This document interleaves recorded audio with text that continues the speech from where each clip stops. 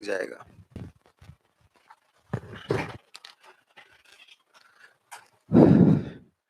नमस्कार, नमस्कार दोस्तों, स्वागत है आप सब लोग का टारगेट ऑन इंजीनियर्स पर। मैं गिरजेश कुमार तिवारी आपको इंजीनियरिंग मैकेनिक्स पढ़ा रहा हूँ। इंजीनियरिंग मैकेनिक्स की क्लासेस आपकी चल रही हैं, कुछ क्लासेस हो चुकी हैं, कुछ क्लासेस अभी बाकी हैं। आगे आपका 17 लेक्चर हो चुका है, तो 13 लेक्चर हो चुका है, 13 लेक्चर हुआ है, फर्स्ट चैप्टर का 13 लेक्चर हो चुका है। आज ये आपका 14th लेक्चर है। आप रेगुलर 1 by 1 क्लासेस को अटेंड करें, 100% आपको समझ में आएगा। एक आपके अंदर मैकेनिक्स की परिभाषा जनरेट हो जाएगी कि आप इस सब्जेक्ट को किस तरह से महसूस करते हैं। अच्छा, एक अगर आपको क्वेश्चंस के बारे में पता चल जा रहा है कि क्वेश्चंस में ये पूछा जा रहा है, तो आधा क्वेश्चन आप सॉल्व करते हैं, फिर आप आगे बढ़ने का कुछ ना कुछ तरीका ढूंढने की कोशिश करते हैं। और जब सब्जेक्ट की आपकी गहराइयां पता होती हैं, तो आप फिर आगे बढ़ते ही जाते हैं और चीजें फिर आसान लगने लगती हैं। ठीक है, तो अब आगे हम सब लोग बढ़ते हैं।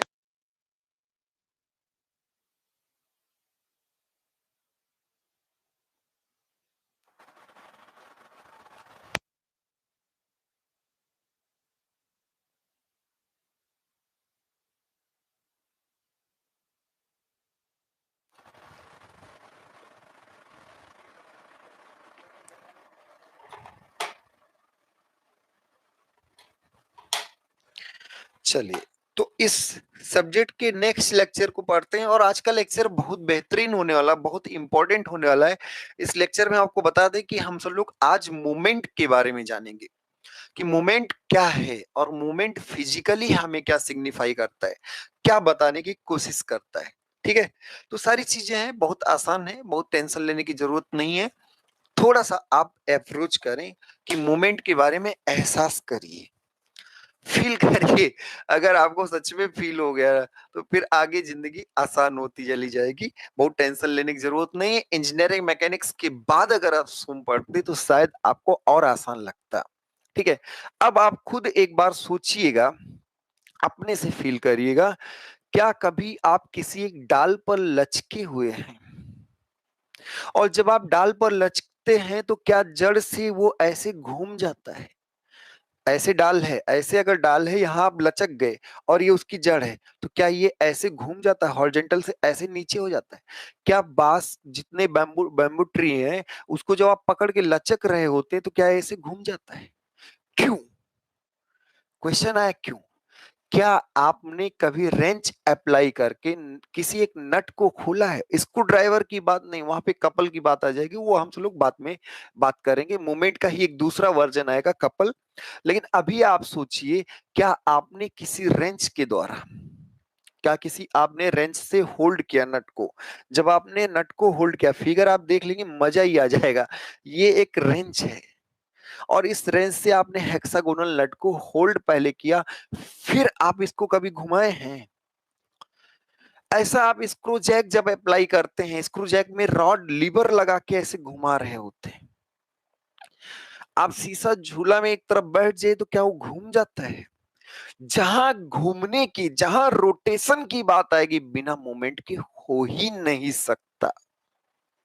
बिना मोमेंट के कभी रोटेशन हो ही नहीं सकता है, ध्यान रखिएगा। तो मोमेंट मींस क्या है? रोटेशन। रोटेशन के लिए रिक्वायरमेंट क्या? फोर्स की नहीं, फोर्स की नहीं, क्या चाहिए? मोमेंट की जरूरत है। हाँ, ये अलग बात है कि फोर्स से ही मोमेंट जनरेट होगा, फोर्स से ही मोमेंट जनरेट होगा, पर फोर्स कभी रोटेशन के लिए नहीं रिस्पॉन्सिबल है, मोमेंट रोटेशन के लिए रिस्पॉन्सिबल है। अगर आपका फैन रोटेट कर रहा है, तो ध्यान रखिए, वहां पर कहीं ना कहीं मोमेंट लग रहा है, ना कि फोर्स लग रहा है। और जब मोमेंट लग रहा है, तभी रोटेशन हो रहा है। जब मोमेंट लग रहा है, तभी रोटेशन हो रहा है, ध्यान रखिएगा। ठीक है, तो moment is responsible for rotation and force is responsible for translation. ठीक है, ये बात आप ध्यान से समझ के रखिएगा। स्थानांतरीय गति के लिए फोर्स चाहिए, और रोटेशन के लिए मोमेंट चाहिए। ठीक है, बहुत शानदार तरीके से सब कुछ आप समझते चलिए। चीजें बहुत आसान है, घबराने की जरूरत है नहीं। अब आप कई जगहों पर ऐसे रोटेट करते हो, आप अपने हैंड पंप के हैंडल को जब ऑपरेट करते हैं, महसूस करें कि क्या हैंडल को किसी एक पिन के अबाउट घुमाना चाहते हैं। क्या आपकी मंशा यही थी कि हैंडल को उस पिन के अबाउट घुमा दे, कि उखाड़ने की मंशा थी? नहीं, हमारी पूरा आपका मूड था कि केवल ये हैंडल पिन के अबाउट घूम जाए और वो नीचे आए, दूसरा कोई ऊपर आए, और दूसरा जब कोई ऊपर आए तो लोटे में पानी आ जाए। तो आप ये ध्यान रखिए बहुत बेहतरीन तरीके से कि हैंडल को आप किसी फोर्स द्वारा मूवमेंट अप्लाई करके सिर्फ और सिर्फ आप क्या चाहते हैं? रोटेशन चाहते हैं। आपकी इच्छा होती है कि रोटेशन हो, ठीक है। और रोटेशन के लिए फोर्स ही नहीं, फोर्स का कुछ दूर होना इंपॉर्टेंट है। ध्यान रखिए, रोटेशन जब भी होगा वो किसी ना किसी एक्सिस के अबाउट होगा।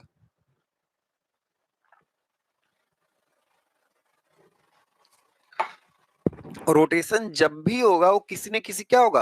एक्सिस के अबाउट होगा।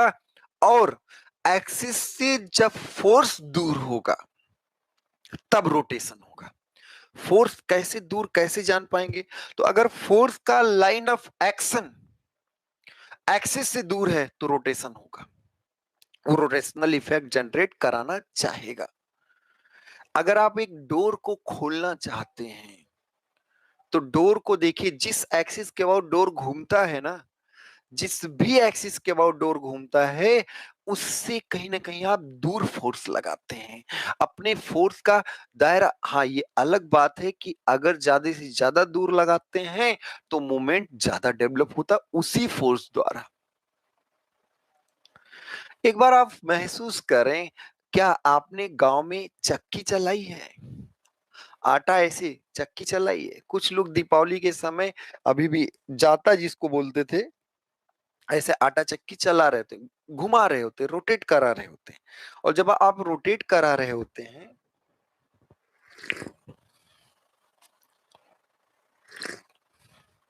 तो आप महसूस करिए कि जो आप फोर्स लगा रहे हैं वो एक्सिस ऑफ रोटेशन से दूर लगा रहे हैं। जो आप फोर्स लगा रहे हैं वो एक्सिस ऑफ रोटेशन से क्या कर रहे हैं? दूर लगा रहे हैं। यही इंपॉर्टेंट बात होती है कि एक्सिस ऑफ रोटेशन से फोर्स का दूर लगना ही रोटेशन उपलब्ध करा देता है। अगर लाइन ऑफ एक्शन, अगर आप फैन को, जो फैन आपका सीलिंग फैन है, उसको पकड़ के लटक जाएं, 2-4 साल तक, 10 साल तक लटके रहेंगे, रोटेशन नहीं होगा। क्यों? क्योंकि आपका फोर्स का line of action axis of rotation से ही पास कर रहा है। तो अगर फोर्स का line of action axis of rotation से पास कर रहा है तो कभी भी रोटेशन नहीं हो सकता। अब क्वेश्चन कि एक्सिस जरूर होगा स्पेस में, जब भी मोमेंट की बात होगी एक एक्सिस जरूर होगा कि इसी एक्सिस के अबाउट घुमाना है, किसी एक एक्सिस के अबाउट घुमाना। जैसे आप जब नट को खोल रहे होते हैं तो जो बोल्ट होता है, बोल्ट का जो एक्सिस होता है, एक्सिस एक लाइन है, बहुत पतली सी लाइन है, पूरा मोटा सा नहीं है। ध्यान रखिए, तो एक्सिस जो होती है, जो बोल्ट का एक्सिस होता है, वो आपका एक्सिस ऑफ रोटेशन होता है, उसी के अबाउट नट घूम रहा होता है। ऐसे जब आप जाता चला रहे होते हैं तो जो आपका बीच का सेंट्रल जो सपोर्ट रहता है, उसका लाइन, वर्टिकल लाइन जो रहता है, वही आपका एक्सिस ऑफ रोटेशन होता है। अगर आप बहुत सच में, गांव में एक आम के पत्तों का हम लोग फिरंगी बनाते थे, आम के पत्तों का फिरंगी बनाते थे और उसमें एक पिन घुसा के फिर दौड़ते थे और वो फिरंगी घूमता था, बहुत अच्छा लगता था। मतलब कितनी अच्छी अच्छी चीजें थी कि फिजिकली और मेंटली एक दूसरे को आदमी खुश भी रहे और अपने आप को मजबूत भी करता रहे। तो एक एक्सिस होता था जिसके अबाउट चारों तरफ चीजें घूम रही होती थी।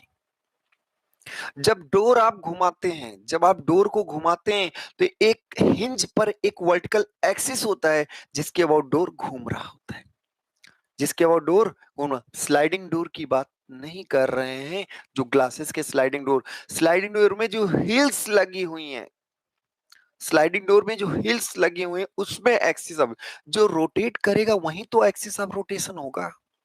स्लाइडिंग डोर में रोटेशन कहाँ? स्लाइडिंग डोर में रोटेशन कहाँ? तो जो रोटेट करेगा उसी में एक्सिस ऑफ रोटेशन होगा। तो अब ध्यान रखिएगा, एक्सिस ऑफ रोटेशन है, स्पेस में एक्सिस ऑफ रोटेशन इंपॉर्टेंट है, प्लेन में पॉइंट ऑफ रोटेशन इंपॉर्टेंट है।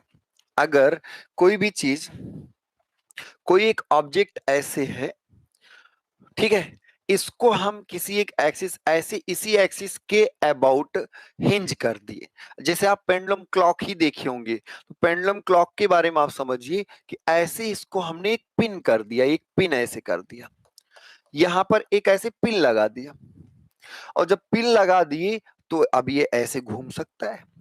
तो यहाँ पर एक्सिस ऑफ रोटेशन जो होगा वो बोर्ड के परपेंडिकुलर बाहर की तरफ होगा भाई। एक्सिस ऑफ रोटेशन जो होगा वो क्या होगा, बोर्ड के परपेंडिकुलर बाहर। पर अगर इसका हम बोर्ड में देखें तो बोर्ड में एक पॉइंट ही तो होगा। तो जब स्पेस की बात रहेगी तब एक्सिस ऑफ रोटेशन, नहीं तो प्लेन में आपका पॉइंट ही ज्यादा इंपॉर्टेंट है। मूवमेंट प्लेन में एक पॉइंट के अबाउट होता है और स्पेस में एक एक्सिस के अबाउट होता है। मोमेंट जो होगा प्लेन में किसी एक पॉइंट के अबाउट होगा और स्पेस में एक्सिस। और ध्यान रखिएगा, अब क्वेश्चन है, किसी भी physical quantity, physical quantity, it may be mass, it may be volume, it may be line, it may be area, it may be force, anything, it may be momentum, it may be momentum.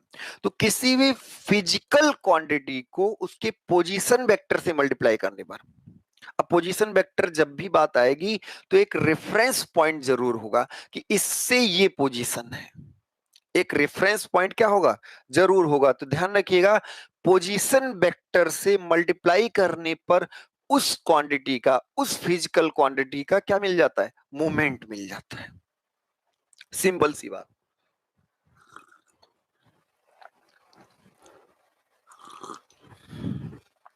तो एक simple सा, ठीक है, किसी भी, अभी आप पिचकारी के पीछे का, होली आ रहा है, होली कब है, गब्बर वाली बात नहीं है कि होली कब है, होली 8 फरवरी को है।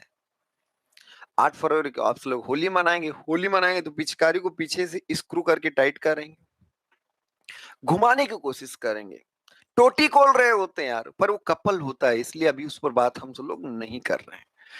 जब आप पैंडल पर बल लगाते हैं तो आप कोशिश करते हैं कि एक्सिस ऑफ रोटेशन से वो दूर लगे बल, एक्सिस ऑफ रोटेशन से क्या लगे, दूर लगे। केवल पैंडल को एक्चुअली प्रेस करके कभी घुमाया नहीं जा सकता। फोर्स का लाइन ऑफ एक्शन एक्सिस से पास नहीं करना चाहिए, फोर्स का लाइन ऑफ एक्शन एक्सिस से पास नहीं करना चाहिए, ध्यान रखिएगा, ठीक है। तो क्लियर, किसी भी फिजिकल क्वांटिटी का उसके पोजीशन वेक्टर से मल्टीप्लाई करने पर मोमेंट मिलता है।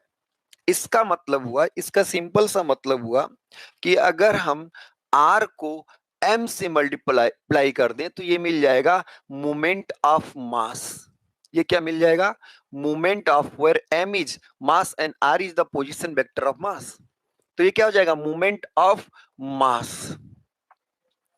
ऐसे अगर आर इंटू ए कर दें तो ये हो जाएगा मोमेंट ऑफ एरिया। ये क्या हो जाएगा, मोमेंट ऑफ, मोमेंट हिंदी आघूर्ण।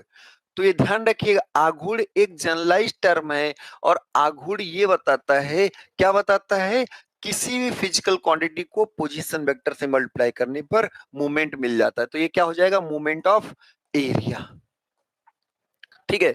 ऐसे अगर कोई आपसे कह दे कि R into F, R into F, तो ये ध्यान रखिए, this is known as moment of force, this is known as moment of force,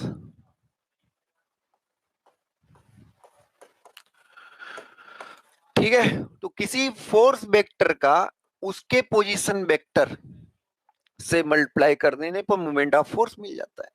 किसी किसी भी एरिया का उसके पोजीशन वेक्टर से मल्टीप्लाई करने पर मोमेंट ऑफ एरिया। अब क्वेश्चन यहीं से स्टार्ट हो जाएगा कि सर पोजीशन वेक्टर, तो जब भी पोजीशन वेक्टर की बात आएगी किसी न किसी पॉइंट के अबाउट बताया जाएगा। पोजीशन वेक्टर हमेशा किसी न किसी एक पॉइंट के अबाउट, मतलब क्या है कि मूवमेंट किसी न किसी पॉइंट के अबाउट होगा। भाई पोजीशन कौन डिसाइड करने वाला होता है, पोजीशन डिसाइड करने वाला एक रेफरेंस पॉइंट होता है। तो किसी भी पॉइंट के अबाउट किसी भी फिजिकल क्वांटिटी का मूवमेंट, ये जरूर बोल रहा है मूवमेंट जनरली, क्या मूवमेंट, कोई मूवमेंट नहीं, किसी एक पॉइंट के अबाउट मूवमेंट, किसी एक पॉइंट के अबाउट किसी भी फिजिकल क्वांटिटी का मूवमेंट उस पॉइंट से उस क्वांटिटी के पोजीशन वेक्टर और क्वांटिटी के गुणनफल के बराबर होता है। सिंपल सी बात है। क्या है?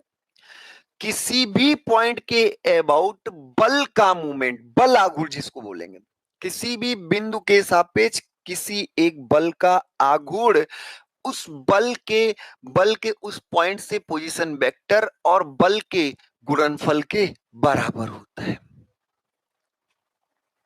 बल के गुणनफल के बराबर। अब जब पोजीशन वेक्टर का वेक्टर से मल्टीप्लाई करोगे तो एक वेक्टर मल्टीप्लिकेशन होगा, और वेक्टर का वेक्टर, वेक्टर का वेक्टर से वेक्टर मल्टीप्लिकेशन, तो ये क्या मिलेगा? वेक्टर। ध्यान रखिए, पोजीशन वेक्टर और फोर्स वेक्टर का क्रॉस मल्टीप्लिकेशन ही होता है, और जब क्रॉस मल्टीप्लिकेशन होता है तो क्या मिलता है? एक वेक्टर, एक सदिश राशि मिलती है। तो आघूर्ण एक सदिश राशि है, और सदिश राशि मोमेंट इज अ क्या होगा? वेक्टर क्वांटिटी, और vector quantity has magnitude as well as direction. हर एक वेक्टर क्वांटिटी है में क्या होगा? मैग्नीट्यूड भी होगा और डायरेक्शन भी होगा। ये बात आप ध्यान से समझ के रखिए।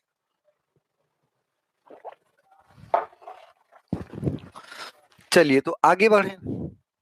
अब आइए मूवमेंट, अब यहां मूवमेंट जनरलाइज नहीं बात चल रही है, यहां मूवमेंट ऑफ फोर्स की बात चल रही। तो movement of force, movement of force क्या होता है? Movement of force about a point, movement of a force about a point, किसी एक बिंदु के सापेक्ष, ये बोलना बहुत जरूरी है। Movement of a force about a point is the measure of its rotational effect. हमेशा मूवमेंट क्या बताता है? रोटेशनल प्रभाव को बताता है। क्या रोटेशन हो सकता है? मूवमेंट ही रोटेशन करा सकता है, ये बात आपने जहन में उतार ली। तो movement of a force about a point, किसी एक बल का किसी बिंदु के सापेक्ष आघूर्ण is is the measure of its rotational effect, उसके रोटेशन, उसके घूर्णीय प्रभाव का मेजरमेंट है। आगे, movement is defined as, movement is defined as, क्या defined as? The product, product मतलब गुणनफल, the product of the magnitude of the force, product of the magnitude of the force and the perpendicular distance of the point from the line of action। ठीक है। अब ध्यान दीजिए, जैसे इसमें है, यहां पर आप खड़े हुए, ये एक पॉइंट है, ये हेक्सागोनल नट है, और इस हेक्सागोनल नट का एक पॉइंट है। इस पॉइंट के अबाउट मूवमेंट, इस बल का मूवमेंट जो होगा वो क्या होगा? इस पॉइंट का, इस बल के लाइन ऑफ एक्शन का, इस बल के लाइन ऑफ एक्शन का, इस बल के लाइन ऑफ एक्शन का क्या होगा? परपेंडिकुलर डिस्टेंस होगा। तो बल तो ये है, ये बल जो है ये क्या है? इसका line of action, line of action है। तो ये आपका लाइन ऑफ एक्शन है, और ये पॉइंट है, और इस पॉइंट के अबाउट इस फोर्स का मूवमेंट हमें बताना है। इस पॉइंट के अबाउट उस फोर्स का मूवमेंट तो क्या है? फोर्स के लाइन ऑफ एक्शन का पॉइंट से परपेंडिकुलर डिस्टेंस और फोर्स का गुणनफल। तो मूवमेंट इज द क्या होगा? Is defined as the product of magnitude of force, product of magnitude of force and perpendicular distance of the point from the line of action of the force. ठीक है। तो movement equal to क्या हो गया? F into D. अगर vector form में देखें तो ध्यान रखिएगा, मूवमेंट हमेशा वेक्टर फॉर्म में जो होता है वो पोजीशन वेक्टर क्रॉस एफ होता है। फोर्स वेक्टर और पोजीशन वेक्टर का क्या होगा? क्रॉस प्रोडक्ट होगा। एफ क्रॉस आर नहीं, आर क्रॉस एफ होता है, ध्यान रखिएगा। एफ क्रॉस आर नहीं, आर क्रॉस एफ होता है। तो magnitude of movement of force, magnitude of movement of force, movement of force का मैग्नीट्यूड क्या होगा? तो magnitude of movement of force R cross F होता है, और R क्रॉस F आपका MO1 किसी एक पॉइंट O1 के अबाउट मूवमेंट जो होगा वो होगा मैग्नीट्यूड ऑफ फोर्स। जो मूवमेंट किसी एक पॉइंट के अबाउट मूवमेंट जो होगा वो क्या होगा, force and perpendicular distance between point and line of action of force. बल और बल की क्रिया रेखा और बिंदु के बीच की लंबोत दूरी के गुणनफल के बराबर होता है। तो magnitude of moment of force या moment of force about a point O1 is equal to magnitude of force into perpendicular distance between point and line of action of the force. Perpendicular distance between point and line of action of the force. Next. अब इसी में बात आएगी जैसे इसी में है, जब इस पॉइंट के अबाउट मूवमेंट की आप बात किए तो मूवमेंट की आपने खुद ही कहा कि गुरुजी force into distance F into D हो गया। ये तो मैग्नीट्यूड है एफ इंटू डी, ये क्या है, मैग्नीट्यूड है, ये आपका क्या है, मैग्नीट्यूड, परिमाण है इसका, पर इसकी डायरेक्शन क्या होगी। क्वेश्चन है what is the sense of this moment, what is the direction of this moment. तो जब आप कभी डायरेक्शन की बात करेंगे आप महसूस करें, क्या ये इसको इधर घुमाना चाहता है इस पॉइंट के सापेक्ष, क्या ये इस पॉइंट के सापेक्ष इसको इधर घुमाना चाहता है। और इधर घुमाने का मतलब क्या हुआ कि क्लॉकवाइज। तो ध्यान रखिए डायरेक्शन दो तरीके का होता है, डायरेक्शन एक होता है एंटी क्लॉकवाइज और एक होता है क्लॉकवाइज। क्लॉकवाइज का मतलब हुआ कि क्लॉक की दिशा में, और एंटी क्लॉकवाइज का मतलब हुआ अपोजिट टू द क्लॉक। तो अगर कोई फोर्स, चूंकि फोर्स सॉरी मूवमेंट, अगर कोई फोर्स किसी एक पॉइंट के अबाउट मूवमेंट जनरेट कर रहा है, अगर कोई फोर्स किसी एक पॉइंट के अबाउट मूवमेंट जनरेट कर रहा है, तो ध्यान रखिएगा, ध्यान समझिएगा बात, क्या होगा मूवमेंट। पहली बात तो आप कहोगे सर वेक्टर जो भी आपका मैग्नीट्यूड है, फोर्स का, हम मूवमेंट की बात करें तो फोर्स का मैग्नीट्यूड और फोर्स के लाइन ऑफ एक्शन का पॉइंट से परपेंडिकुलर डिस्टेंस का गुणनफल ही आपका मूवमेंट हो गया। अब उस पॉइंट पर आप खड़े होंगे और उस पॉइंट के अबाउट जानने की कोशिश करेंगे कि फोर्स किस तरफ घुमाना चाहता है। अब बोर्ड है, आप घड़ी भी उस समय जब खड़े हो तो घड़ी लगा लीजिए, अगर वो क्लॉक की डायरेक्शन में घुमाना चाहता है, जैसे देखिए आप खड़े हैं तो क्लॉक की डायरेक्शन होती क्या है, तो ध्यान रखिए अगर आप दाहिने मुड़ते हैं, राइट साइड मुड़ते हैं, तो दक्षिणावर्त जो डायरेक्शन होता है, जो राइट साइड डायरेक्शन में घुमा होता है वो आपका क्लॉकवाइज डायरेक्शन होता है। राइट मतलब सही सही, तो आपका क्या होगा, क्लॉकवाइज। तो अगर आपका राइट साइड ऐसे है, अरे भाई आप यहां खड़े हो तो ऐसे राइट साइड ही तो मुड़े, तो राइट साइड क्या होता है, क्लॉकवाइज, और ये राइट साइड हुआ टर्न, राइट साइड टर्न, इसी को दक्षिणावर्त भी बोलते हैं, राइट साइड को दक्षिणावर्त। और जब आप अपोजिट सेंस में घूमेंगे, जब आप ऐसे उल्टा घूमेंगे, आप ऐसे ये है इधर घूम गए दक्षिणावर्त, और इसका उल्टा घूम गए तो वामावर्त, तो ये क्या हो जाएगा, एंटी क्लॉकवाइज, ये क्या हो जाएगा, एंटी क्लॉकवाइज। इसी को क्या होगा, टर्न क्या होगा, on left side, turn on left side, turn on क्या होगा, लेफ्ट साइड। तो लेफ्ट साइड घुमाओ एंटी क्लॉकवाइज, राइट साइड घुमाओ आपका क्या हो गया, क्लॉकवाइज। क्लियर, आगे। अब ध्यान रखिए जैसे इसी में अगर आपसे कोई पूछे तो इस पॉइंट के अबाउट ये क्या है, क्लॉकवाइज रोटेशन है, ये क्या है, क्लॉकवाइज रोटेशन, क्लॉकवाइज रोटेशन। कैसे गुरुजी पता चला, अब आप ही बताओ कैसे पता चला कि क्लॉकवाइज रोटेशन है। तो आप इस पॉइंट के अबाउट मूवमेंट चाहते हैं, फोर्स और बीच की दूरी का गुणनफल किए, ओके हो गया। जब आप यहां देखें तो क्या ये राइट साइड ऐसे घुमाना चाहता है, क्या ये फोर्स राइट साइड घुमाना चाहता है कि लेफ्ट साइड? तो राइट साइड अगर घुमाना चाहता है तो क्लॉकवाइज, ऐसे घुमाना चाहे क्लॉकवाइज। आप ध्यान रखिए, अगर ऐसे ऐसे घुमाए तो ये क्लॉकवाइज है, ये क्या है? क्लॉकवाइज। और इसका रिवर्स ऐसे ऐसे घुमाए तो एंटी क्लॉकवाइज। ये आपका एंटी क्लॉकवाइज है और ये क्या है? क्लॉकवाइज। बात समझ में आ रही है ना? तो ये आपका क्लॉकवाइज और ये एंटी क्लॉकवाइज।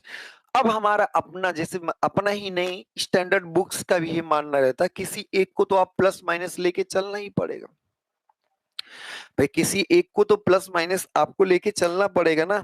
तो ध्यान रखिएगा, जितने एंटी क्लॉकवाइज मूवमेंट होते हैं, जितने आपके एंटी क्लॉकवाइज मूवमेंट होते हैं उनको पॉजिटिव लिया जाता है, और जितने क्लॉकवाइज मूवमेंट होते हैं उनको हम निगेटिव लेते हैं। ये ध्यान रखिए, जब ये बातें आपके जहन में रहेंगी, ये इंपॉर्टेंट तब हो जाता है। जैसे किसी एक फोर्स के लिए क्लॉकवाइज एंटी क्लॉकवाइज का कोई नहीं, डायरेक्ट लिख दो भैया क्लॉकवाइज है एंटी क्लॉकवाइज है।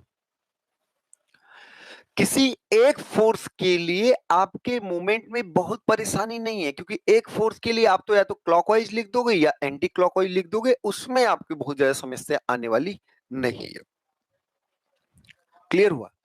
पर अगर ढेर सारे फोर्सेस है, several forces are acting on a body, अगर आपके ढेर सारे फोर्सेस बॉडी पर लग रहे हैं तो उस समय क्या होगा? तो जब आपके several forces are acting on a body होगा, तो उस सिचुएशन में आप ध्यान दीजिएगा, several forces acting on a body की जब बात होगी, तो उस समय आप ये ध्यान रखिएगा कि कुछ लोग एंटी क्लॉकवाइज घुमाएंगे, कुछ लोग क्लॉकवाइज घुमाएंगे, बस। और कुछ लोग हो सकता है ना घुमाएं, जिनका लाइन ऑफ एक्शन, अगर देखिए, अब मूवमेंट क्या है? मूवमेंट दो लोग का गुणनफल है, एक फोर्स है और एक डिस्टेंस है। अब फोर्स ही जीरो हो जाए तो मूवमेंट की बात ही क्यों? जब बल ही नहीं तो बल आगुड़ किस बात का? पर अगर बल है तब भी आगुड़ जीरो हो सकता है, अगर डी जीरो हो जाए। एम के लिए एफ भी चाहिए, डी भी चाहिए, एफ सफिशियंट नहीं है एम के लिए। मूवमेंट के लिए फोर्स सफिशियंट नहीं है, फोर्स नेसेसरी तो है पर सफिशियंट नहीं है। फोर्स तो आवश्यक है कि होना चाहिए, पर वो सफिशियंट नहीं है। तो ये ध्यान रखिएगा कि मूवमेंट के लिए फोर्स के साथ साथ फोर्स का उस पॉइंट से डिस्टेंस भी होना चाहिए, फोर्स की लाइन ऑफ एक्शन का कुछ डिस्टेंस भी होना चाहिए। क्लियर हो लिया ना सब लोग? तो एकदम ध्यान दीजिएगा चीजों को, कि मूवमेंट जो है वो एफ इंटू डी है। अगर लाइन ऑफ एक्शन आपका उसी पॉइंट से पास कर जाए तो नेट मूवमेंट आपका क्या आ जाएगा? जीरो। किसी सिंगल फोर्स का मूवमेंट क्लॉकवाइज हो सकता है या एंटी क्लॉकवाइज हो सकता है, पर जब सेवरल फोर्सेस की बात आएगी तो हम सब लोग एक कसम खाते हैं, हम और आप एक दूसरे के साथ डील करते हैं कि एंटी क्लॉकवाइज जितने मूवमेंट होंगे वो पॉजिटिव लिए जाएंगे, और जितने आपके क्लॉकवाइज होंगे उनको निगेटिव लिया जाएगा। अच्छा, हम आपने इसलिए डील कर ली, आपकी इच्छा हो तो कोई मान लो, हमें ऐसे कोई दिक्कत नहीं है, किसी एक को प्लस मानोगे दूसरा नेगेटिव हो ही जाएगा।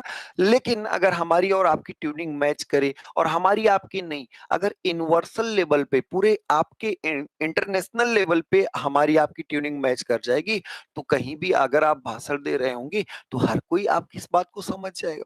तो इंटरनेशनली बुक में ये माना जाता है कि एंटी क्लॉकवाइज को पॉजिटिव लिया जाता है और क्लॉकवाइज को नेगेटिव लिया जाता है। एंटी क्लॉकवाइज को पॉजिटिव और क्लॉकवाइज को क्या किया गया? नेगेटिव मूवमेंट माना गया। तो जब आप सेवरल फोर्सेस का नेट मूवमेंट की बारी आएगी, तो आप क्या करेंगे? एंटी क्लॉकवाइज सारे पॉजिटिव, क्लॉकवाइज सारे नेगेटिव।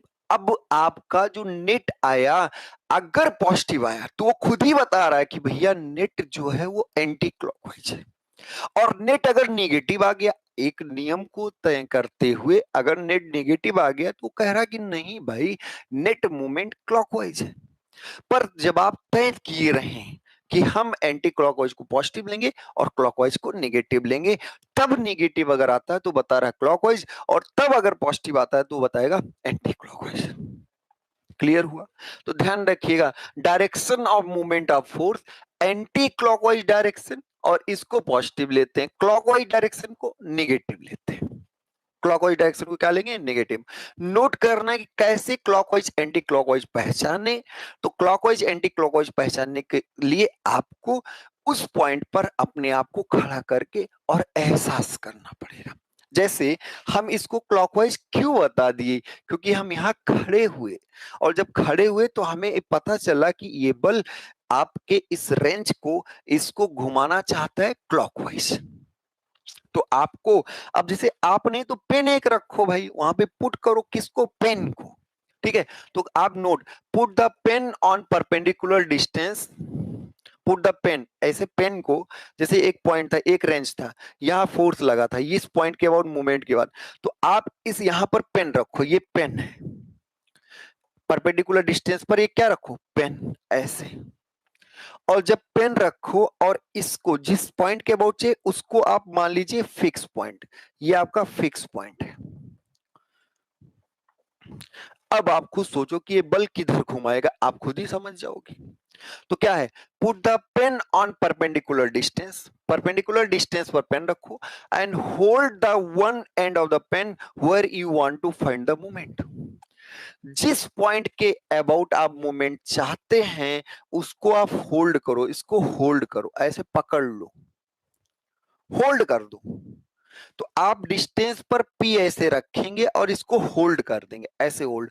अब ये खुद ही बता देगा कि ये फोर्स किधर घुमा जाए। Hold one end of the pen, hold मतलब दूसरा एंड घूम सकता है, एक ही एंड केवल फिक्स किया गया। Hold one end of the pen where you want to find the moment, जहां आप मोमेंट प्राप्त करना चाहते हैं, एंड अप्लाई द फोर्स। अब आप फोर्स अप्लाई करो, अब आप क्या करो, अब आप फोर्स अप्लाई करो। तो ये आप पेन है, पेन को इस एंड को होल्ड कर दिए, अब आप फोर्स अप्लाई कर रहे हैं। Then apply the force at free end of the pen, free end of the pen पर आप फोर्स अप्लाई करें। Check the sense of rotation of the pen. तो आपको यहां से पता चल जाएगा कि इसका सेंस ऑफ रोटेशन क्या है, क्लॉकवाइज है, मतलब क्या है, नेगेटिव है। तो चेक क्या करें, check the sense of the rotation of the pen, you get the direction of movement. तो आपको डायरेक्शन ऑफ मूवमेंट मिल जाएगा। जैसे इस सिचुएशन में, जैसे एक दो क्वेश्चन हम आपको दें, मान लीजिए ये ऐसे बाहर है, इस पॉइंट के अबाउट, ये पॉइंट आपका मूवमेंट है, मतलब ये पॉइंट है, कुछ फोर्स ऐसे लग रहे हैं, कुछ फोर्स ऐसे लग रहे हैं, कुछ ऐसे लग रहे हैं। तो मान लीजिए F1 है, F2 है और ये F3 है, और ये आपका फिक्स है। तो F1 की वजह से मूवमेंट, जब आप पेन को होल्ड करेंगे तो ये क्लॉकवाइज घुमाएगा इस पॉइंट के अबाउट। और F3, अब देखिए ऊपर नीचे नहीं रट लेना कि ऊपर वाले क्लॉकवाइज घुमाते हैं, ये ऊपर ही है पर इस पॉइंट के अबाउट ये आप पेन यहाँ रखिए और ऐसे होल्ड करिए तो एंटी क्लॉकवाइज घुमाएगा। ये क्या करेगा, एंटी क्लॉकवाइज घुमाएगा। और इसको भी अगर ये नीचे है तब भी ये क्लॉकवाइज घुमाएगा, तब भी ये किधर घुमाएगा, क्लॉकवाइज घुमाएगा। जैसे आप खुद ही देखिए, ऐसे पेन रखे ऐसे और F2 ऐसे नीचे घुमा दिया तो क्लॉकवाइज घुमाया ना, ये ऐसे घुमा दे क्लॉकवाइज घुमाया, ये ऐसे घुमा दे एंटी क्लॉकवाइज घुमा दिया। तो आपको उस डिस्टेंस पर पेन को होल्ड करना है, और पेन को होल्ड करने के बाद फिर रोटेशन आपको करना है। ये पॉइंट ओके अबाउट मूवमेंट है, डिस्टेंस परपेंडिकुलर लेनी है, कोई दिक्कत नहीं होने वाला है। तो ये हो गया, you get the direction of, you get the sense of the moment. ये नोट 1 था। दूसरा अगर आपको करना है, if the system of force are, system of the forces are acting on the body, then movement of all forces about a point is summation of क्या हो जाएगा, sigma M A, the movement of all the movement about a point, all the movement, net movement about a point is the algebraic summation of all the moments। Sigma का मतलब क्या होता है, algebraic,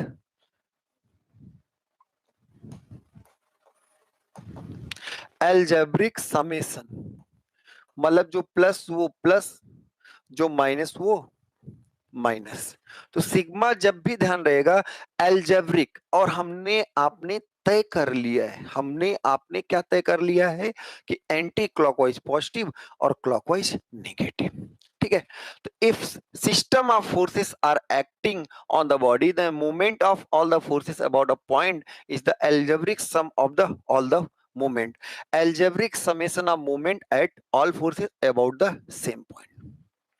तो किसी एक पॉइंट के about ढेर सारे फोर्सेस का मूवमेंट उन सब के एल्जेब्रिक समेशन के योग के बराबर होता है।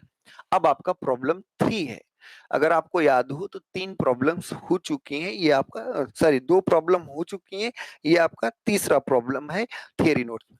अब इसी में आपको एएम जो दिया है वो 2 मीटर दिया है। एएम हम नहीं कुछ कह रहे, एएन जो दिया है वो 0.5 मीटर दिया है, एएन का मान। और आपसे ए के अबाउट मूवमेंट पूछा गया है। किसके अबाउट? ए के अबाउट मूवमेंट। इस ए के अबाउट भूल जाइए, आप ध्यान से आप पढ़िए। एक फोर्स ऐसे है, एक फोर्स ऐसे है, ये F1 है और ये क्या है F2 है, और यहाँ एक पॉइंट है, ये दूरी 2 मीटर है, ये दूरी 0.5 मीटर है, ये N है, ये M है, और ये पॉइंट क्या है A है। ये पॉइंट आपका क्या है A है। अब आप ध्यान से देखिए, F1 F2 दिया है, F2 20 दिया है, F1 10 दिया है।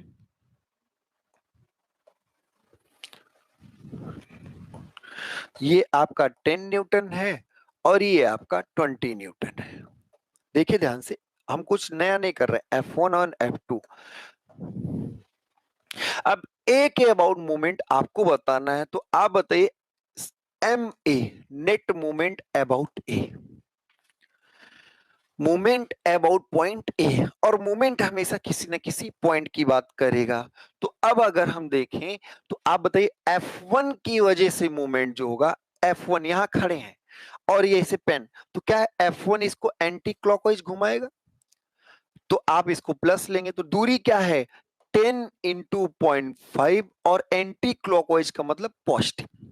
पहले से पूछ, आप यहाँ खड़े हो जाइए, किसी एक पॉइंट के अबाउट मोमेंट निकालना है तो आप वहीं पर खड़े हो जाइए और पूछिए, तो F1 जो है वो कितना दूर है 0.5, कितना मान है 10, तो 10 इंटू 0.5 तो मैग्नीट्यूड हो गया, किधर घुमाएगा एंटी क्लॉकवाइज। क्या F2 से अगर पूछा जाए, क्या F2 से अगर पूछा जाए तो F2 भी एंटी क्लॉकवाइज ही घुमाएगा, और वो कितना होगा, वो होगा 20 इंटू डिस्टेंस क्या है 2, 20 इंटू 2, और क्या आ जाएगा न्यूटन मीटर। तो मूवमेंट अबाउट ए अगर यहां से देखें तो ये 5 होगा और ये क्या होगा 40 न्यूटन मीटर। तो यहां से आपका एम ए जो आया वो 45 न्यूटन मीटर, और 45 न्यूटन मीटर में आंसर अगर पॉजिटिव आ रहा है, इसका मतलब नेट मूवमेंट जो about A equal to 45 newton metre, ये तो वैल्यू, और दूसरा क्या एंटी क्लॉकवाइज। क्यों एंटी क्लॉकवाइज? क्योंकि पॉजिटिव आया और पॉजिटिव एंटी क्लॉकवाइज को ही मान के लिखा गया है। तो net movement about A equal to 45 newton metre anti clockwise direction. तो वही यहाँ पे भी है F1 A1, जब माइनस नहीं प्लस होगा, प्लस होगा, ये ध्यान रखिएगा। यहाँ पर सारी चीजें ये प्लस होगा, ये भी प्लस। क्यों? क्योंकि एंटी क्लॉकवाइज अगर मान लीजिए तो चीजें, तो यहाँ ध्यान रखिए 45 न्यूटन मीटर एंटी क्लॉकवाइज। अच्छा, कोई अगर साइन कन्वेंशन उल्टा मान ले कि यानी हम क्लॉकवाइज को पॉजिटिव मानेंगे, मान लीजिए, लेकिन तब आपका ये वैल्यू निगेटिव आएगा, और निगेटिव अपने आप चिल्ला के बताएगा कि आप जो माने हो गलत माने हो। तो हम सब लोग इंटरनेशनल ही बातें करेंगे। इंटरनेशनली एंटी क्लॉकवाइज को पॉजिटिव माना जाता है और क्लॉकवाइज को निगेटिव माना जाता है। तो मूवमेंट अबाउट ए जो आएगा वो 45 न्यूटन मीटर किधर आएगा, एंटी क्लॉकवाइज आएगा। 45 न्यूटन मीटर एंटी क्लॉकवाइज आएगा। ये आया, आपका भी आया। नोट 3, नोट 3 इंपॉर्टेंट बात है, ध्यान से पढ़िएगा। जैसे ये बातें अगर आप पहले जाने रहते ना, पढ़ाई क्यों करते हैं यार? क्या आप वहां पे क्वेश्चन नहीं कर सकते? नए क्वेश्चन भी कर सकते हैं, ऐसा नहीं है, पर नए और करना ही पड़ेगा। बिना नए क्वेश्चन आप वहां अगर नहीं कर पाते हैं तो सिलेक्शन कैसे लेंगे? पर ये ध्यान रखिए, पढ़ते इसलिए हैं क्योंकि उस तरीके की सोच डेवलप हो पाए, उसको हम पहले से प्रैक्टिसाइज किए रहे, तो नया जब आए तो उनको अप्रोच कर पाए। उन क्वेश्चंस को अप्रोच हम क्या कर आसानी से कर पाए। अब ध्यान देखिए note 3, the force is passes through the point. अब देखिए ए के अबाउट है और फोर्स उसी से पास कर रहा है, तो फोर्स तो है यहाँ, एफ तो ओके है, पर डी यहाँ क्या हो गया, जीरो। क्यों डी जीरो हो गया, क्यों डी जीरो हो गया, क्योंकि फोर्स का लाइन ऑफ एक्शन उसी पॉइंट से पास कर रहा है। तो if the force is passes through, etch नहीं होगा भाई, the force passes through, if the force passes through the point, the movement about that point will be zero। तो ये ध्यान रखिए कि अगर लाइन ऑफ एक्शन उसी पॉइंट से पास कर रहा है तो नेट मोमेंट क्या होगा, जीरो होगा। ये एकदम सिंपल सी बात होगी। नेक्स्ट देखिए नोट ही दिलाएंगे, नोट ये ध्यान रखिएगा। तो नोट को अच्छे से पढ़ते रहना है, सारी बातें ध्यान से करते रहना है। वेरिंगटन थ्योरम भी आपको पढ़ना है। नेक्स्ट अगला, if perpendicular distance is not known. अब भैया हमें परपेंडिकुलर डिस्टेंस मालूम ही नहीं है, अब क्या करें, कैसे परपेंडिकुलर डिस्टेंस निकालें। तो परपेंडिकुलर डिस्टेंस निकालने का एक ही तरीका कि आपको ज्योमेट्री आनी चाहिए ढंग से। परपेंडिकुलर डिस्टेंस अगर आप निकालना चाहते हैं तो आपको ज्योमेट्री आनी ही चाहिए, बिना मैथ की जिंदगी पॉसिबल ही नहीं है। अगर जीवन जीना है तो मैथ आना ही चाहिए, तो ज्योमेट्री आपको आनी ही चाहिए, तभी आप डिस्टेंस निकाल पाए। और नहीं मालूम तो कुछ जुगाड़ बता दो गुरुजी, काहे को इतना परेशान क्यों, तो हम जुगाड़ बता रहे हैं। Then resolve the force into component. अगर आपको परपेंडिकुलर डिस्टेंस ना मालूम हो तो आप फोर्स को दो कंपोनेंट में रिजॉल्व कर दीजिए। और जब दो परपेंडिकुलर कंपोनेंट में रिजॉल्व कर देंगे, देखिए अकेले का प्रभाव किन्हीं दो के प्रभाव के बराबर, वही रेजोल्यूशन था। तो जब आप रिजॉल्व कर देंगे तो आप फिर कह सकते कि ये चाहे अकेले उसको मानते चाहे इन दोनों को माने, बात तो एक ही है। हाँ, अब आपका नेट मूवमेंट उन दोनों के एल्जेब्रिक मूवमेंट के बराबर हो जाएगा, क्योंकि अकेले और दो लोग लेंगे तो नेट जो मूवमेंट होता है सबका एल्जेब्रिक समेशन होता है। तो कोई अकेले होता, नहीं डिस्टेंस मालूम है, तुम्हें दो तोड़ के बना दिए और उन दोनों का नेट निकाल लिए, वही उसका भी वो नेट मोमेंट होगा। तो जब आपसे कभी ऐसा आए कि परपेंडिकुलर डिस्टेंस ना मालूम, जब कभी आए कि परपेंडिकुलर डिस्टेंस ना मालूम हो तो रिजॉल्व कर लीजिए, और रिजॉल्व करने के बाद जो नेट आएगा वही आपका सही है। तो खैर चलिए, then resolve the forces into two component for coplanar force system। अब ये इंपॉर्टेंट बात है जो पहले से हम चिल्लाते हुए आ रहे हैं, जब कभी परपेंडिकुलर डिस्टेंस ना मालूम हो तो सिस्टम फोर्स सिस्टम को रिजॉल्व करे। एक उसका प्रैक्टिकल एप्लीकेशन भी कराएंगे यार, बिना न्यूमेरिकल के आप चीजों को मैकेनिक्स में तो नहीं समझ सकते, प्रैक्टिस करनी पड़ेगी। Next, for coplanar force system, एक ही प्लेन में अगर सारे फोर्सेस हो, for coplanar force system moment of force is taken about point instead of an axis। Coplanar force system में हम मोमेंट जो लेते हैं वो एक्सिस के बजाय पॉइंट के अबाउट लेते हैं। ये बात तो पहले से भी हम कह रहे हैं। जब स्पेशियल होगा, जब थ्री डायमेंशनल की बात होगी तो उस समय आपका एक्सिस के अबाउट होगा, अगर आपका प्लेनर है तो उस समय आपका क्या होगा, उस समय आप एक पॉइंट के अबाउट मूवमेंट लेते हैं। तुम फॉर को planar force system movement of force is taken about a point instead of an axis, axis के बजाय बिंदु के सापेक्ष लेते हैं। अब जैसे ये है प्रॉब्लम, इसमें ए के अबाउट मूवमेंट निकालने को कहा गया, ए के अबाउट मूवमेंट निकालने को आपसे कहा गया, ठीक है। ये 10 नहीं, ये 10 cos 16 है, 10 न्यूटन का बल लग रहा है। ए के अबाउट मूवमेंट, इधर उधर चीजें हो जाती हैं, बेरिंगटन कल हम लोग पढ़ेंगे, आज इस क्वेश्चन को निपटा ही लेते हैं। तो ये आया, ये एक ऐसा कोई बल है, ये एक मेंबर है, यहां एक फोर्स लग रहा है किसका, 10 न्यूटन का, 10 न्यूटन का फोर्स, 10 न्यूटन का फोर्स आप लग रहा है। The force of 10 Newton is acting on this point and the inclination angle of this force from the horizontal is 60 degree। Inclination angle जो है इस फोर्स का वो क्या है, हॉरिजॉन्टल से 60 डिग्री है। ठीक है, तो आगे आप देखिए ये है। अब आपको find out the value of movement about point A and the distance is 2 metre, this is 2 metre, this distance is 2 metre. बात समझ में आ रही? तो फर्स्ट अप्रोच अगर हम देखें, फर्स्ट अप्रोच मोमेंट अबाउट ए, दोनों अप्रोच पे क्वेश्चन कर लेते हैं यार, टेंशन ही नहीं लेना है। ये आप लाइन ऑफ एक्शन ऐसे बढ़ा लो और इससे परपेंडिकुलर डिस्टेंस आपको चाहिए। तो फर्स्ट अप्रोच है 10 इंटू डी, ये डिस्टेंस मान लो डी। परपेंडिकुलर डिस्टेंस जो होगी उन्हीं का गुणनफल ही है, और ये श्योर है कि ये क्लॉकवाइज होगा। ये क्या होगा, क्लॉकवाइज। अब एक फोर्स के लिए आपको बहुत ज्यादा लिखने की जरूरत नहीं है, आप एक फोर्स के लिए प्लस माइनस की जरूरत नहीं, डायरेक्ट बोल सकते क्लॉकवाइज। क्यों क्लॉकवाइज, क्यों क्लॉकवाइज भाई, क्यों क्लॉकवाइज, आप बताओ क्यों क्लॉकवाइज, क्यों ये क्लॉकवाइज? तो आप यहाँ पेन रखो, यहाँ खड़े होके ऐसे फिक्स करो, तो क्या ये क्लॉकवाइज ऐसे घुमाना चाहता है ना, ऐसे तो फोर्सेस लगे। अब यहां से M A equal to 10 into D, D का मान चाहिए भाई, ये परपेंडिकुलर है और ये 60 है, तो ये 60 होगा, इसमें कोई एतराज ही नहीं है।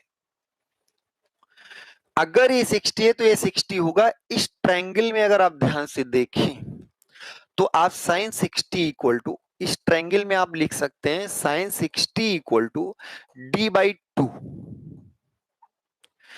इस ट्रायंगल को आप ध्यान से देखिए, एक समकोण त्रिभुज है, this is a right angle triangle. If this is a right angle triangle, if this is a right angle triangle, then you can apply sin theta and cos theta effectively, and sin theta equal to sin 60 equal to perpendicular upon hypotenuse, and perpendicular, what is perpendicular? Perpendicular is D in front of angle, the side in front of angle, and what is hypotenuse? So hypotenuse is the side which is opposite to the 90 degree, तो ये आपका 2, तो यहां से d equal to आया 2 sign 60, यहां से आया 2 साइन 60 क्या, न्यूटन मीटर, क्या, क्लॉकवाइज। तो ये फर्स्ट अप्रोच था, moment about A equal to आ गया, यहां से साइन, तो यहां से आ गया 10√3 न्यूटन मीटर क्लॉकवाइज। ये आपका फर्स्ट अप्रोच से क्वेश्चन सॉल्व हो गया। बशर्ते यहां पर आपको ये ध्यान रहना चाहिए कि आपको ये अप्लाई करना आना चाहिए। आपको ये चीजें अप्लाई करना अगर आता है, ज्योमेट्री आपको आती है, तभी आप चीजें समझ पाएंगे, तभी आप कर पाएंगे। तो M A equal to 10√3 clockwise direction में आया, ये तय तभी हुआ जब आपको ये पता चला कि ये ज्योमेट्री से 60 है 90 है, तो हो गया। एक तो पहला अप्रोच ये है। दूसरा अप्रोच क्या है, what is the second approach for solving this question, this type of questions? This type of questions में आपको बहुत आसान करना है, कुछ कठिन है नहीं। ये आपका 10 न्यूटन था और ये आपका क्या था, 60 डिग्री। ये दूरी आपको पहले से मालूम है, ये ए है। अब इसी फोर्स को आप दो कंपोनेंट में रिजॉल्व कर दीजिए।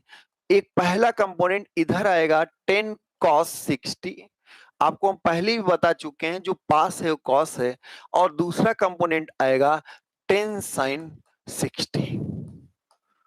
मतलब क्या है कि इस बॉडी पर एक बल लग ही नहीं रहा है भाई, दो बल लग रहे हैं। एक बल आपका इधर की तरफ लग रहा है 10 cos 60, और एक बल आपका ऐसे लग रहा है 10 sin 60, और ये दूरी क्या है, 2 मीटर। अब आप अगर मूवमेंट अबाउट ए जानना चाहते हैं, अगर आप मूवमेंट अबाउट ए जानना चाहते हैं, तो आप खुद ही बताओ हमें कि दो बल हैं, इसके बजाय दो बल आ गए, तो यहां मूवमेंट अबाउट ए दोनों से पूछना पड़ेगा। क्या 10 cos 60 ए से ही पास कर रहा है, तो इसकी वजह से मूवमेंट जीरो हो जाएगा? 10 cos 60 की वजह से मूवमेंट जीरो हो जाएगा कि नहीं? क्यों जीरो? क्योंकि इसका लाइन ऑफ एक्शन ए से ही पास कर रहा है। The line of action of 10 cos 60 force is passing through the point A. तो अगर इसका लाइन ऑफ एक्शन ए से ही पास कर रहा है तो इसकी वजह से तो मोमेंट जीरो पर 10 sin 60, 10 sin 60 डाउनवर्ड है और ये होगा 10 sin 60। ये तो फोर्स है, ये फोर्स है, कितनी दूरी पर है, 2 मीटर। किधर, न्यूटन मीटर आ गया। 10 sin 60 जो है वो ए से कितनी दूरी पर है, 2 मीटर। 10 sin 60 किधर, क्वेश्चन है किधर, तो क्लॉकवाइज। किधर, क्लॉकवाइज। क्यों क्लॉकवाइज, आप खुद ऐसे पेन रख के देखिए। तो जब आप देखेंगे ये इसको नीचे दबाना चाहेगा, ये इसको क्या करेगा, नीचे दबा, और नीचे दबाने का मतलब ही हुआ कि क्लॉकवाइज, ए के अबाउट क्लॉकवाइज। ठीक है, तो अब यहां से एम ए का मान जो आएगा वो क्या आएगा, 10 sin 60, तो ये भी आपका 10√3 न्यूटन मीटर किधर आएगा, क्लॉकवाइज डायरेक्शन। तो आप जिस अप्रोच से आपको समझ में आए उस अप्रोच से कर सकते हैं, इसमें कोई समस्या नहीं होने वाली है। आप चाहे किसी एक सिंगल फोर्स को दो कंपोनेंट में रिजॉल्व करके करें। जब दो कंपोनेंट में रिजॉल्व करते हैं तो आसान थोड़ा सा इसलिए हो जाता है कि एक फोर्स जो है वो उसी पॉइंट से पास करने लगता है और दूसरे की डिस्टेंस आपको डायरेक्टली दी हुई होती है। पर आप डायरेक्टली भी कर सकते हैं, बशर्ते आपको ज्योमेट्री आनी चाहिए, और ज्योमेट्री बनाने में आपको लाइन ऑफ एक्शन बढ़ाना पड़ सकता है, परपेंडिकुलर डिस्टेंस ड्रॉ करनी पड़ सकती है। आंसर सेम सेम ही आएगा, उसमें कोई घबराना नहीं। इसका भी 10√3 आया था, इसका भी 10√3 आया था। ऐसे इसमें अगर हम देखें तो इन्होंने 10 न्यूटन के फोर्स को इन्होंने भी रिजॉल्व किया, क्योंकि हम पहले ही बता चुके थे अगर डिस्टेंसेस हो तो आप रिजॉल्व करके भी बता सकते हैं। तो 10 cos 60 component passes through the point A. 10 cos 60 जो है वो पॉइंट ए से पास कर रहा है। 10 cos 60 component passes through the point A, so it will not give any moment, ये कोई भी मोमेंट नहीं देगा। और ये आएगा 10 sin 60 इंटू 2, और वो भी किधर, एंटी क्लॉकवाइज डायरेक्शन। तो यहां से आएगा एम ए इक्वल टू, ये कट जाएगा, तो एम ए इक्वल टू जो आपका आएगा वो 10√3 न्यूटन मीटर, 10√3 न्यूटन मीटर, वो भी किधर, क्लॉकवाइज डायरेक्शन में। 10√3 न्यूटन मीटर, वो भी किधर, क्लॉकवाइज डायरेक्शन में। समझ में आ गया, तो आप आसानी से कर लिए होंगे, कोई दिक्कत नहीं हुआ होगा। तो इसमें हम सब लोग कल एक करेंगे, फिर कपल स्टार्ट हो जाएगा। बेरिग्नान थ्योरम करने के बाद हम सब लोग का नेक्स्ट कपल स्टार्ट होगा। तो नेक्स्ट 2 लेक्चर और भी इंपॉर्टेंट होंगे, क्योंकि हम सब लोग बेरिग्नान थ्योरम को समझेंगे जो मोस्ट इंपॉर्टेंट है इस पॉइंट, मोमेंट के पॉइंट ऑफ व्यू से। तो हम सब लोग बेरिग्नान थ्योरम को नेक्स्ट लेक्चर में समझते हुए कपल की भी डेफिनेशन, कपल की भी प्रॉपर्टीज समझ जाएंगे। और जब आपका ये सारा टर्म्स हो जाएगा फिर हम सॉल्यूट इक्विलिब्रियम की तरफ अप्रोच करेंगे। मतलब आपने एफबीडी बनाना भी सीख लिया है, मोमेंट भी जान लिए हैं, अब आपको कपल भी पता चल जाएगा, और उसके बाद आप सब लोग फिर इक्विलिब्रियम इक्वेशंस की तरफ बढ़ेंगे, इक्विलिब्रियम कंडीशंस अप्लाई करना सीखेंगे। और जब आप इक्विलिब्रियम अप्लाई करना सीख गए तो आप फिर इस चैप्टर की समाप्ति पर पहुंच गए, आप फिर क्वेश्चंस को अपने से भी टारगेट कर सकते हैं। ठीक है, तो अब हम सब लोग आज के लिए इतना ही करते हैं। नेक्स्ट लेक्चर में बेरिग्नान थ्योरम और कपल होने वाला है। तो आज के लिए इतना ही, खुश रहें, स्वस्थ रहें, अपना ख्याल रखें, और खाते पीते हुए रेगुलर क्लास करते रहें। आज के लिए इतना ही, बहुत बहुत धन्यवाद।